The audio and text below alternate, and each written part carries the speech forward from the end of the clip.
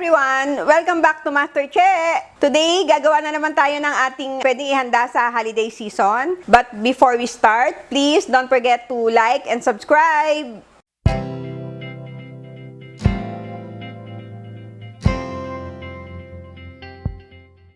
Magsimula na po tayo. Ang gagawin po natin ngayon ay Moroccan style chicken. Para maiba naman, normal na roast chicken kasi ay salt and pepper and herbs lang. Ngayon, para maiba dahil special para sa holiday season, ito ang isi-share ko sa inyo. Ngayon, mag-start na tayo. Una lang natin gagawin, ikakat natin ang ating chicken. Gigilitan lang natin siya para mas-season din natin yung loob niya. Yan, ganyan lang. Para pumasok yung ating mga seasoning sa loob. Ayan, hiwain lang natin. Ayan, ngayon, irarab na natin ng salt and pepper muna.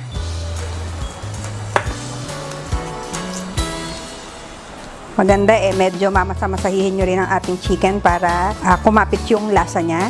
Yung atin pong kompletong ingredient and measurement, makikita nyo po sa description box below. Ngayon, lalagay naman natin ang ating pepper. Yan, ganyan lang. Kung pwede nyong i-overnight ang ating chicken, pwede nyo siyang gawin ahead of time para pagka niluto nyo siya, ay mas malasa talaga. Ngayon, ilalagay natin ang iba pa nating seasoning. Kuha lang tayo ng paprika powder. Lagay din tayo ng cumin. Mix-mix lang to guys, kaya madali lang. Cinnamon powder. And coriander powder.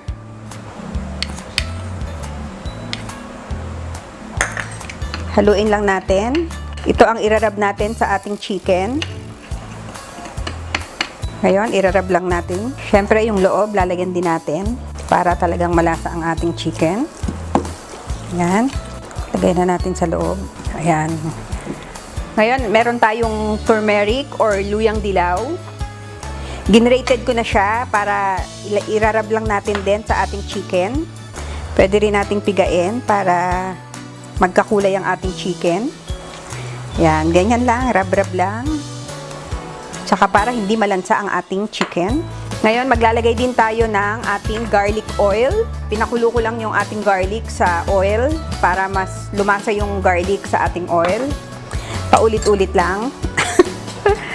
Ngayon, hihiwain lang natin. Para ilalagay din natin sa loob ng ating chicken. Rub lang natin. Yan, napakasarap ng chicken na to guys. At siguradong magugustuhan nyo to. Ngayon, meron din tayong lemon. Ilalagay natin sa loob ng ating chicken.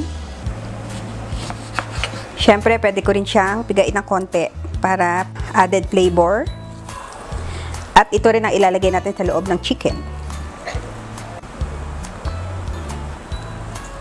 Then, lalagay lang natin sa loob.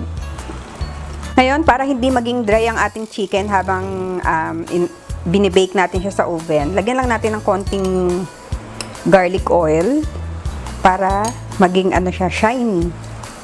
Diba? Para maganda. Ngayon, yung natirang garlic, ilalagay din natin sa loob ng ating chicken. Ayan guys, okay na ang ating chicken.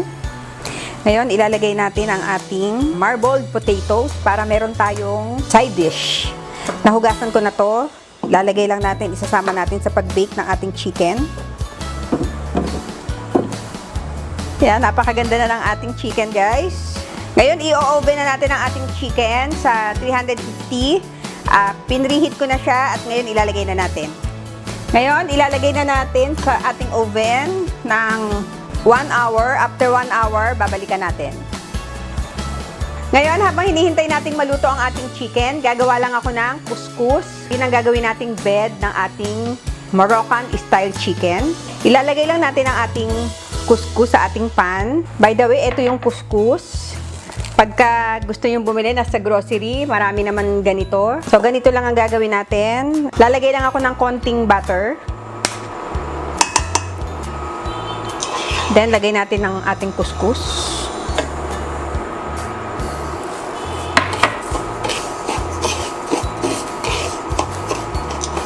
Sa 1 cup na kuskus, 1 cup din na liquid ang lalagay natin. Ito ay chicken broth. Isasalin lang natin siya. Then, hahaluin lang natin. Tayin lang natin maging fluffy ang ating kuskus. Ayan. Ngayon, tatakpan lang natin mga 5 minutes. Ito na po ang ating Moroccan style chicken. Ngayon, ang pinaka-favorite part ko po ang tikiman time.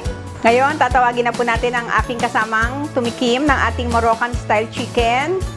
May Tita Chi. Hi! Ngayon, titikman na po natin ang ating Moroccan chicken. Mukhang masarap Sige po. Umpisa na natin. Kanina Sige pa ako nagugutom. Sige po, try nyo na. Yan, sige po. Iyan nyo lang. Hatiin nyo na. Ayoko. Ito lang maliit. Yan, sige. Tama na yan. Tikman nyo na. Tikman ko na. Sige, try nyo muna. Sarap. Okay po. Masarap pala yung ganyan. Apo, di ba? Sana guys, Masarap pala yung try nyo tiplang rin to. ganyan, no? Opo. Gagayahin ko yan. Sige po, si Tita Chi po ay dati siyang kagawad dito sa amin. Kaya lang ngayon, ang pumalit naman po sa kanya ay ang kanyang anak. Ngayon, tikman na po natin ang ating chicken. Sarap. Sarap po. Masarap. Nanggit siya. Wala na tayong masabi kundi masarap. Bagay po siya sa kuskus, di ba? Yung mga nilagay mo talaga, no? Nakapagpalasa, no? Apo. Ganito pala yung kuskus, no? Ngayon lang nakakain ito. Saka ano lang po, madali lang siyang maluto. Sarap. Sana po, itry nyo siya. Ay, baka meron po kayong gustong i-greet. Batiwan mo yung ate ko, nasa Australia, si Ate Cora. Hello po, Ate Cora. Ate. Hi po. Ako naman po, gusto ko lang batiin ang aking subscribers and also my good friend, Nel Katahan, ang happy birthday, Mare. And advance sa happy anniversary to Kuya Dong and Ate Tess. Happy anniversary, guys. Pwede nyo nang ihanda ito sa, sa anniversary nyo. Napakasimple pero masarap. Diba? Tsaka yung potato po. Okay lang yung luto ng potato. Tama-tama lang. Hindi matigas. Okay po, kain na ng kain. Tsaka tignan nyo naman, napakalambot. Hi, Ruth! Hi, Ruth! Ang sarap. Next time, sana pumayag na si Masarap Ruth. pala itong chicken na itong ganitong tipla, no? Apo, masarap. Hindi ko alam yan. Para iba naman. Para maiba naman kasi lagi na lang, 'di ba, yung salt and pepper. Salt and pepper, oo. Mga ito po, kakaiba. Tapos yung luyang dilaw. Diba kaya nagpakulay sa chicken natin. Sige, hanggang dito na lang po. Sana po itry nyo gawin ang ating Moroccan chicken na kayang-kaya nyo pong ihanda sa darating na holiday season. Sana nag-enjoy po kayo sa video na ito. And please, don't forget to subscribe and like pag nagustuhan nyo po ang ating video. And don't forget to follow me also sa Instagram, SweetMasterChe, and sa FB page, MasterChe. Ayun guys, and hanggang dito na lang muna. See you next time and God bless you all.